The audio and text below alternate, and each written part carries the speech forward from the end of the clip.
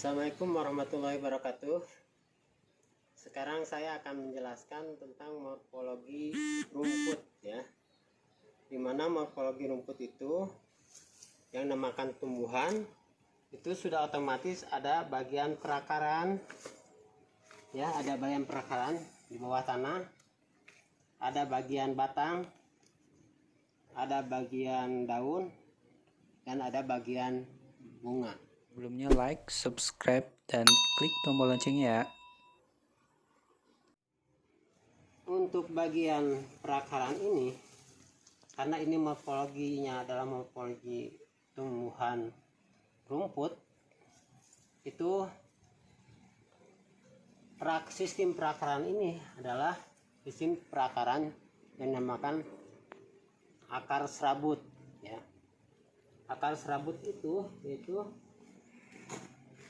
nah ini sedikit ya, saya ngambil ini dari rumput Setaria lampunensis. Akar serabut ini itu beda dengan akar tunggang. Kalau akar tunggang itu ada perakaran yang pokoknya yang dia tumbuh terus ke bawah ya. Bisa dibedakan antara rambut akar dengan akar yang pokoknya. Kalau akar serabut itu yang ini hampir mirip-mirip bentuknya ya, yang antara yang rambut-rambutnya atau yang paling besarnya ya, yang pertama yang keluar hampir mirip-mirip. Nah ini yang paling besarnya ini adalah rambut-rambutnya. Ini yang dinamakan dengan akar serabut dari hasil pembenihan dari monokotil. Nah, itu untuk perakaran. Sekarang saya menjelaskan tentang batang ya. Di mana batang ini di dalam rumput, morfologi rumput, maka ada yang dinamakan dengan internode di sini ya. Ini adalah node, ini adalah node. Batang ini antara node dengan node ini disebut dengan internode ya. Atau kita lihat yang lebih jelas, yang lebih besar tumbuhannya. Nah, kita lihat sekarang ke rumput gajah Penicetum purpureum yang warnanya ungu ya. Nah, ini batangnya. Kita lihat batangnya yang tadi dilanjutkan. Batang-batang ini ada beberapa ruas. Dari setiap ruas ini ada yang dinamakan dengan node. Ini node, satu node, ini satu node. Dari setiap node ini ada calon tunas ya. Kita buka yang ini. Tiap node itu ada calon tunas.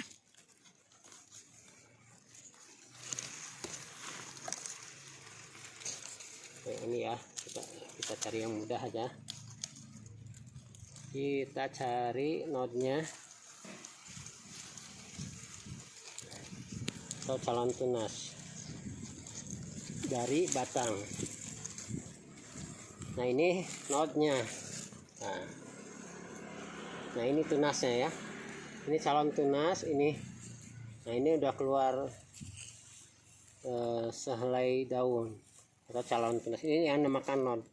Jadi antara node dengan node disebut dengan internode ya.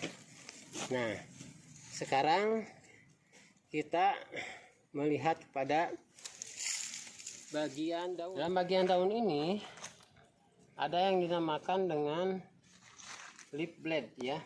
Leaf blade itu dari sini sampai sini, atau yang dinamakan dengan lay daun ya. Ini dinamakan leaf blade, lay daun. Ke bawahnya dari sini ke sini disebut leaf sheath ya, leaf sheath, atau dinamakan dengan pelepah daun. Nah, di antara leaf blade dan leaf sheath, maka di sini, maaf ya, kita cari ini. Di antara leaf blade dan leaf sheath, nah ini ada yang bulu-bulu putih ini. Bulu-bulu putih ini adalah dinamakan dengan ligul ya, atau lidah daun. Nah, ligul ini fungsinya yaitu untuk mencegah air masuk ke dalam leaf seed, ke dalam pelepah daun. Jadi ketika ada air hujan atau penyiraman, maka ini air itu dikesampingkan ke kanan atau ke sebelah kiri ya, dikesampingkan. Apabila air terjadi ke sini, maka bisa terjadi pembusukan atau bisa terjadi keluar tunas dari internode yang tadi ya. Internode yang tadi bagian-bagian yang ini. Di sini ada node. Nah, kena air nanti tumbuhlah tunas-tunas baru ya. Nah, di antara ini ligul ini ya, di ligul ini ada garis ini ke sini disebut ada kolar.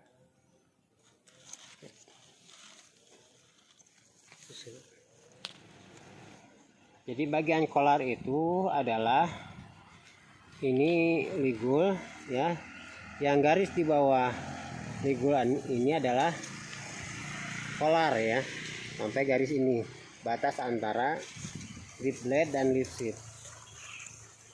Nah yang ini kerah daun ini disebut auricle. Jadi ini auricle, ini kerahnya auricle ya. Jadi auricle itu ada kerah daun atau dari kerah leher kolar ini ya, maka adalah auricle, ini yang dinamakan auricle. Nah ini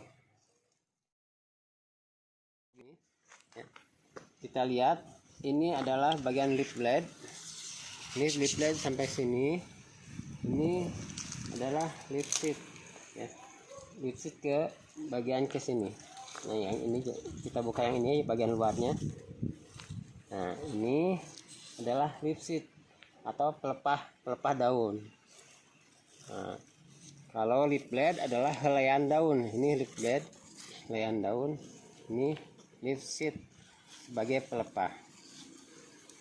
Di antara leaf blade dan leaf seed ini ada bagian terkecil yang ini, bagian yang putih itu dinamakan ligul ya. Di bagian ini ada bulu-bulu kecil, ini dinamakan ligul ya. Kita lihat yang ini nih. Nah ini jelas. Kita lihat yang ini.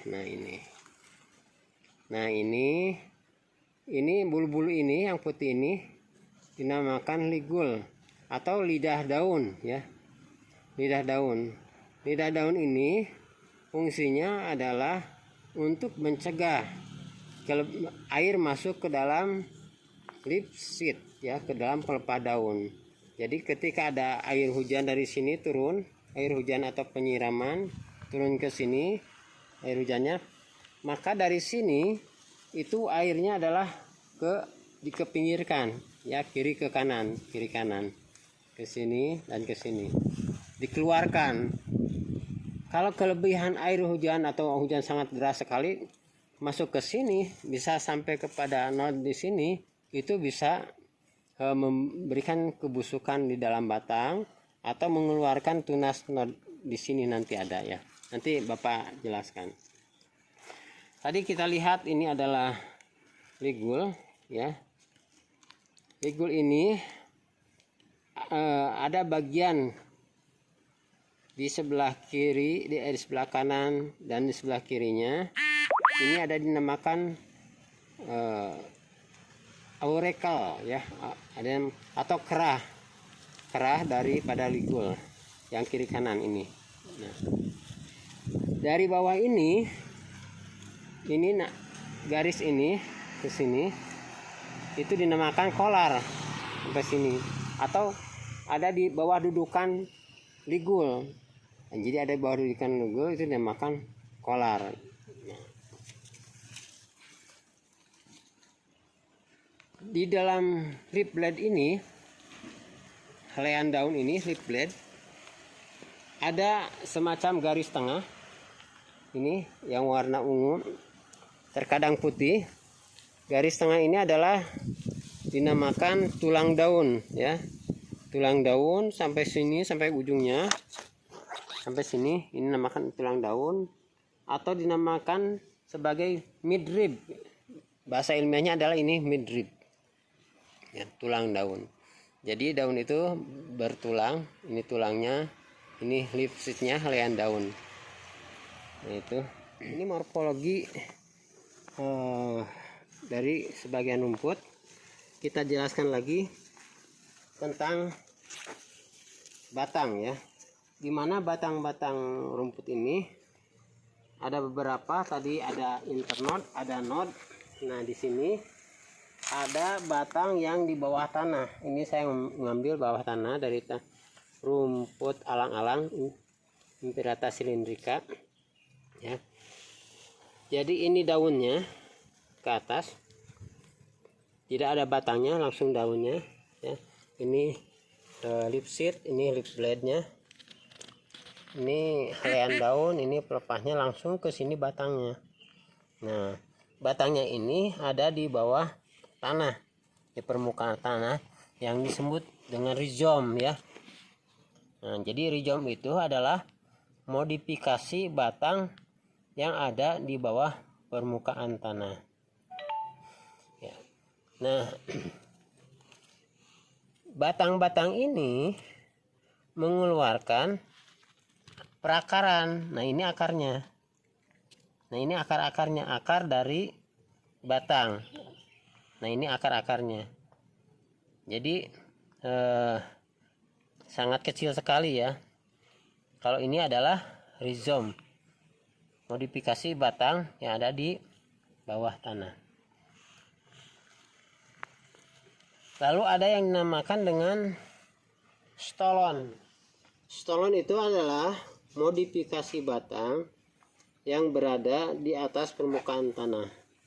Nah, ini. Jadi untuk rumput yang menjalar seperti ini, batang-batangnya itu ada di atas permukaan tanah. Nah, ini, ya. Ini adalah batang. Ini anakan dari yang keluar dari node ini. Nah, ini. Jadi ini tuh node di antara dan node adalah ini internode-nya, dan ini di sini nanti ada akarnya. Nah, ini ke bawah. Ya, kita cabut saja. Cukup kuat juga ini perakarannya. Nah, ini akar serabutnya. Ini akar serabutnya. Ini adalah batangnya, ya. Ini batangnya yang disebut dengan stolon. Ini adalah internode-nya, ya. Internode langsung mengeluarkan akar ke bawah tanah, ya. Karena sifatnya akar adalah mencari makanan di dalam tanah, air terus mencari gitu, ya, tempat tumbuhnya. Dan ini saluran batang ini saluran makanan atau tempat menyimpan makanan. Nah, itu mungkin, ya. Jadi di dalam rumput itu ada istilah batang yang tegak, ada yang menjalar di atas permukaan tanah disebut stolon, ada yang hidup di bawah tanah disebut dengan rhizome, ya. Sekali lagi, rhizome adalah modifikasi batang yang ada di bawah permukaan tanah, dan stolon adalah modifikasi batang yang ada di atas permukaan tanah. Baik, sekarang kita menjelaskan bagian bunga, ya. Bunga dari rumput, ya. Jadi morfologi bunga dari bagian rumput. Kalau tadi kita sudah jelaskan tentang akar, batang, daun, dan sekarang yang terakhir yaitu tentang bunga. Di mana bunga ini ada yang dinamakan dengan tadi ini bunga sphaik, ya. ini adalah bunga spike, kumpulan bunga ya, tipenya spike. Dari ujung ini ke sini itu dinamakan dengan spike insporen ya, tipenya spike. Tapi dari sini ke sini ke perbatasan dengan daun bendera ya, daun pertama atau daun bendera, ini dinamakan adalah insporen. Kalau di dalam leguminosa cluster, tapi kalau dalam rumput adalah insporen. Nah, ini adalah daun pertama atau daun bendera, rag leaf ya, dinamakan rag leaf. Nah, tipe daun di dalam rumput ini ada yang dinamakan juga dengan panicle ya. Nah, ini dari rumput benggala, panicle. Ini kumpulan bunganya, insporen ya, kumpulan bunga. Tapi karena bunganya ini terpecah-pecah ya, panik gitu, dinamakan dengan panicle. Ini daun pertamanya. Jadi insporen itu dari sini ke perbatasan antara daun pertama ya, ini insporen, dan kumpulan ini adalah panicle ya, panicle. Nah, ada lagi yang dinamakan dengan bunga raceme. Nah, ini bunga raceme ya, ini bunga raceme, bunga yang didapatkan dari rumput bebek ya, dari rumput bebek. Nah, ini adalah kumpulan bunganya, ini kumpulan bunganya, ini kumpulan bunga dalam satu ini, tangkai bunga, kumpulan bunga. Maka bunga-bunga seperti ini dinamakan dengan raceme. Jadi di dalam tipe bunga di morfologi rumput ada spike yang ini, ada panicle yang ini, dan ada raceme. Jadi raceme itu pecahan dari panicle ya, pecahan dari panicle, ada beberapa tangkai dan ada beberapa bunga. Nah, dari kumpulan bunga ini satu ini dinamakan dengan floret ya. Kita cabut aja ya, satu ini. Nah, ini dinamakan dengan floret.